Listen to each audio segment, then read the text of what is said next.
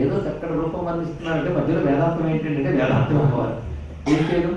ఇప్పుడు చెప్పిన వాటిలో చూడండి, మనస్సు పంచతన్మాత్రలు. పంచతన్మాత్రలు అంటే శబ్ద, స్పర్శ, రూప, రస, గంధ. ఈ 5 మన అనుభవాలు. మనస్సు కలవకపోతే 5 అనుభవానికి రావు.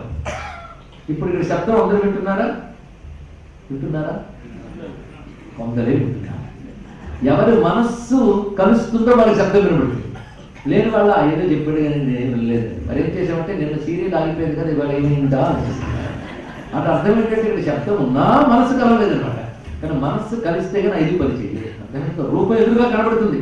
ఏంటంటే చెట్టు అంతమంది ఎదురుగా కనబడడానికి పోల్చలేదా అంటే ఏదో పరధ్యానం ఉన్నాను అంట. అంటే దృశ్యము అక్కడుంది, కన్ను అక్కడుంది, కానీ అక్కడ రూపం ఉందని స్పృహ రాలేదు. అని మనస్సు ఉండాలంటే ఏం ఋషులండి హిందూ సంస్కృతిలో అని బాణాలుగా పంచకర్మాత్రం చెప్పారు. మనస్సును ధనస్సుగా పెట్టారు. ధనుసు తగలకపోతే బాణం పనిచేస్తుందా? మనస్సు తగలకపోతే పంచకర్మాత్రాలు అనుభవానికి వస్తాయా? అదే చెప్పారు ధనుర్బాణ. అయితే 5 మనస్సుతో పట్టుకున్నప్పుడు మనకు కలిగే అనుభవాలు 2. ఇష్టమైన వాటి మీద ప్రీతి, ఇష్టం లేని వాటి మీద విముఖత్వం. అంతేకాదు ఇంకేమైనా ఉన్నాయా? 2. ఈ 5తో ప్రీతి కలిగితే అటాచ్మెంట్, రాగం. ఈ 5 మీద ప్రీతి లేకపోతే రేపటి నుంచి ఆఖరి నిర్ణయం వస్తుంది, ద్వేషం. ఆ 2. అందుకే రాగం బంధిస్తుంది, ద్వేషం పొడుస్తుంది. అందుకే రాగ స్వరూప పాశాఢ్య క్రోధాకార.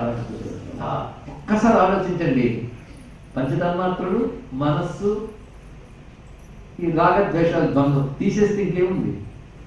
ఏమీ లేదు. మన బతుకంతా ఇంతే. ఈ 4 ఉంది బతుకు.